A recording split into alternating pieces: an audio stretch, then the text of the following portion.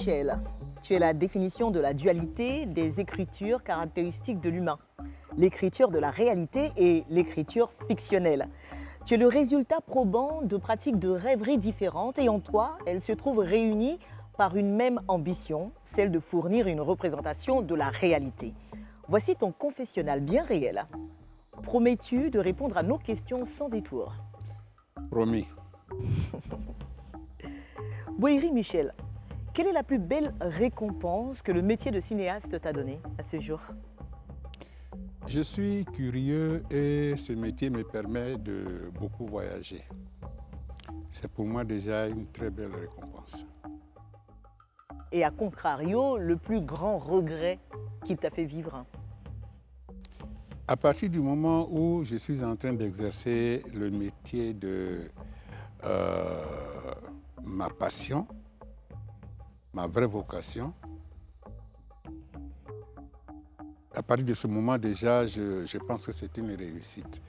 Et donc, je ne regrette pas, je ne regrette rien. Alors, je vais peut-être poser la question autrement. Alors, Quel est le coup de la vie qui t'a le plus marqué?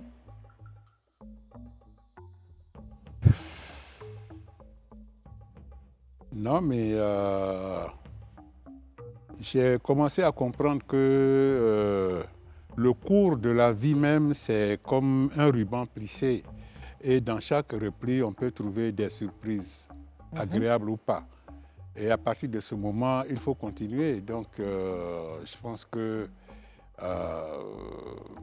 tant qu'on n'est pas à l'heure du point, il faut s'armer de courage pour continuer.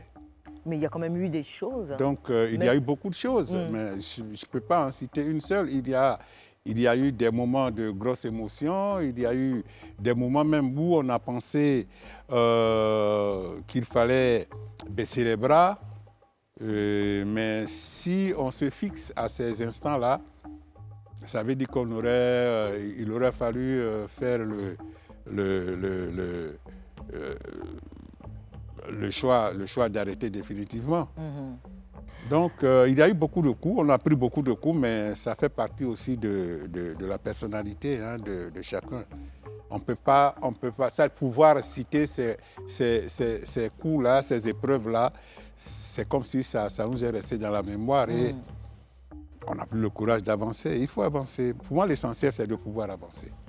Tu disais tout à l'heure sur la table, tu souffres d'une pathologie. De quoi il s'agit exactement? Oui, je suis, depuis 2005, je suis déclaré hypertendu. Et depuis 2008, je suis déclaré hyperglycémique. Donc voilà, c'est la combinaison des deux pathologies qui m'éprouvent physiquement et aussi sur d'autres plans. Tu le dis, qui t'éprouve physiquement, changement d'apparence physique. Comment tout ça te marque? Sinon, comment tout ça marque ta vie aujourd'hui? Ta vie dans ton quotidien et aussi ta vie professionnelle. Bon, mais tout se passe dans la tête.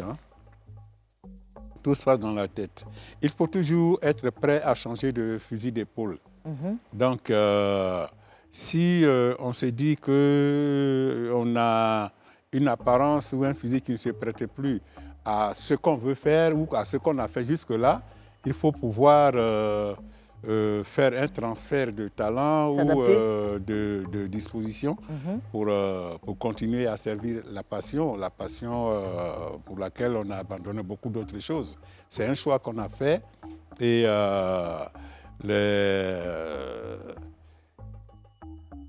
la vie est ce qu'elle est, elle a des surprises et il faut s'y attendre en fait. C'est l'imprévu qu'il faut prévoir. Donc, il faut faire avec et ça ne devrait pas nous assommer, quoi. Mais est-ce qu'à un moment donné, ça t'a quand même fait peur? Oui, je me suis demandé comment j'allais aborder ce virage. Est-ce que tu as eu peur que ça t'impose d'arrêter ton métier? Oui, j'ai eu peur que ce soit handicapant au point où je ne pourrais plus exercer mon métier. En fait, la passion est si grande que on dirait que c'est pour le métier que j'ai eu peur et pas pour moi. Voilà, donc, mais Dieu merci. Dans la vie des fictions, c'est comme la vie réelle. Il y a plusieurs personnages, il y a plusieurs aspects, il y a plusieurs mentalités, il y a plusieurs pensées. Et donc, on peut avoir des gens de formes différentes. On t'a vu comme ça aujourd'hui, on t'a vu comme ça hier, aujourd'hui on te voit autrement. C'est à toi de porter ça dans le mental et d'avancer. Voilà, et d'avancer. Alors, ton rôle dans la série Ma Famille, c'est celui d'un homme pas très honnête avec son épouse. Il n'empêche, c'est un rôle qui est très plébiscité par la gente masculine. Est-ce que tu penses y être pour quelque chose dans la légitimisation d'un certain nombre de comportements des hommes aujourd'hui? Je veux dire que... Ou ton personnage, pas toi-même personnellement. Oui, bon, c'est vrai que on n'a encore pas passé le cap de faire le distinguo entre le personnage et l'acteur. Mais tout message est important. Tout message est important. Même pour faire ressortir, pour mettre en relief la nécessité de la paix, quelquefois on est obligé de montrer les âpres de la guerre. Mais comment être sûr comment être sûr que le message passera comme on a envie de le véhiculer? On n'est peut-être pas responsable de ce que les autres comprennent. Les gens, ça provoque un sursaut. Nouveau décor, même goût, même prix, à 500 francs CFA. Les gens, ils regardent ceux qui ne pensent... Il y en a qui pensent que ce personnage ne peut pas exister. Mais il y en a qui savent qu'il y a pire que ça. Et il y en a qui sont contents qu'il existe dans cette série. Et on rit à montrer ce genre de personnage. Pas par fantasme, pas par... Mais c'est la vie en fait qui fait sourire. On ne peut pas penser que quelqu'un perde son temps, son argent et son objectif même dans la vie, c'est quoi finalement? Qu'on dise qu'il a l'argent ou qu'on dise qu'il est un homme à femme. C'est qu'il se comporte d'une façon où il néglige même l'éducation de ses enfants. C'est ça. Est-ce que ça te désole la compréhension, pour ne pas dire la mauvaise compréhension de ce rôle-là par une tranche de la population masculine? Moi, il y a des moments... Figurez-vous que c'est récemment, je m'assois que je regarde certains de ces épisodes et il y a un moment, je me suis écrié, mais ils sont là, ils souffrent dans la maison là. Mais parce que je trouve absurde qu'on le ballotte comme ça et il est là parce que par respect pour son métier et par bonne éducation,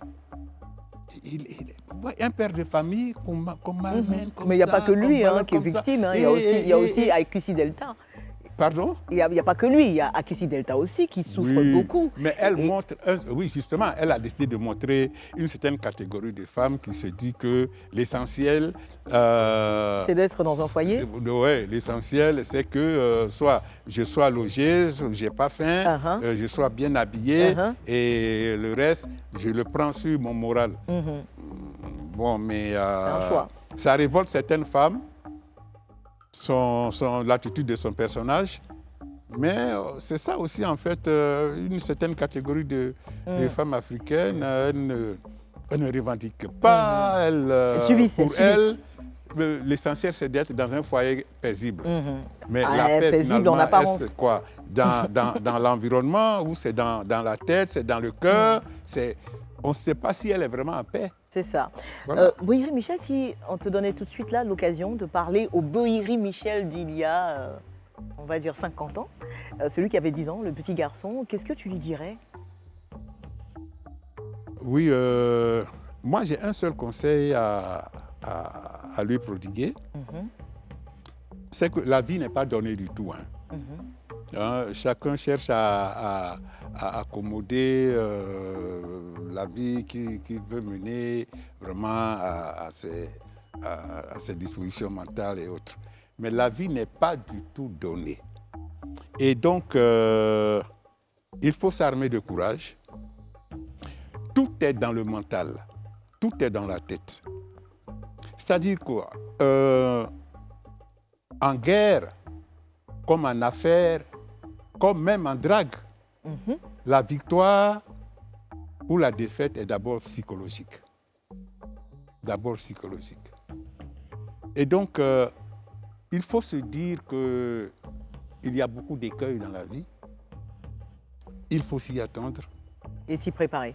Et s'y préparer. Boïri Michel, as-tu été totalement sincère dans ce confessionnal? Oui, moi je suis spontané.